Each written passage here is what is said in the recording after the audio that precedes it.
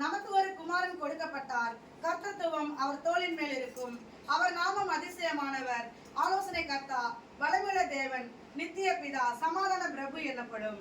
பிதாவாகிய தேவனே, அப்பா நன்றியோடு நாங்கள் துதிக்கிறோம் ஐயா, நாங்கள் ஸ்தோத்தரிக்கிறோம். இந்த கிறிஸ்துவின் பிறப்பை ஆண்டவரே உலகம் எங்களுமாய் ஆண்டவரே கிறிஸ்தவர்கள் அறிவித்துக் கொண்டிருக்காங்க. இயேசு கிறிஸ்துவின் பிறப்பின் நோக்கம் நிறைவேறி கொண்டிருப்பதற்காக நன்றி அப்பா. மேய்ப்பர்கள் தீவிரித்து போய் இயேசு பிறந்திருப்பதை கண்டு இருந்த எல்லா மக்களுக்கும் அறிவித்தார்கள். அந்த மக்கள் எல்லாரும் ஆச்சரியப்பட்டார்கள் என்று பார்க்கிறோம். கர்த்தாவே, இந்த நாட்களில் கடலூர் பட்டணத்தில் அநேக எல்லைகளில கிறிஸ்துவின் பிறப்பை அறிவிக்கும்படி, கிறிஸ்து பிறந்த நோக்கத்தை சொல்லும்படி பண்ணி கொண்டிருக்கீங்க. நன்றி அப்பா.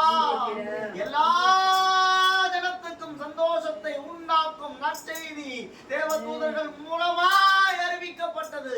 மக்களுக்கு அறிவிக்கிறோம், இந்த குடும்பத்தாருக்கு அறிவிக்கிறோம், இந்த புதுப்பாளைய எல்லைக்குள்ளாக அறிவித்திருக்கிறோம், இந்த குடும்பத்திற்குள்ளாக நாங்கள் அறிவிக்கிறோம். இயேசு பிறந்த நோக்கம் நடக்கட்டும். ஒவ்வொருவர் உள்ளத்திலும் இல்லத்திலும் அப்பா, இந்த பட்டணத்திலும் இயேசு பிறப்பீராக, இயேசு வளர்வீராக, இயேசு ராஜரீகம் பண்ணுவீராக. சாத்தானின் அரண்கள் எல்லாம் தகர்க்கப்படுவதாக, அந்தகாரத்தின் கட்டுக்கள் எல்லாம் தகர்க்கப்படுவதாக. குமாரன் தருகிற மெய்யான விடுதலப்பா. ஒன்றான மெய் தேவனாகிய உம்மையும் நீர் அனுப்பினவனாகிய இயேசு கிறிஸ்துவையும் அறிவதே நித்திய ஜீவன் என்ற வார்த்தையின்படி செய்யுங்கப்பா. குடும்பத்துக்கு ரட்சிப்பாங்க. கர்த்தர் வெளிப்படுங்க. மரியாளுக்கு வெளிப்பட்ட தேவ தூதர்கள் இந்த வீட்டுக்குள்ள வெளிப்படுவார்களாக.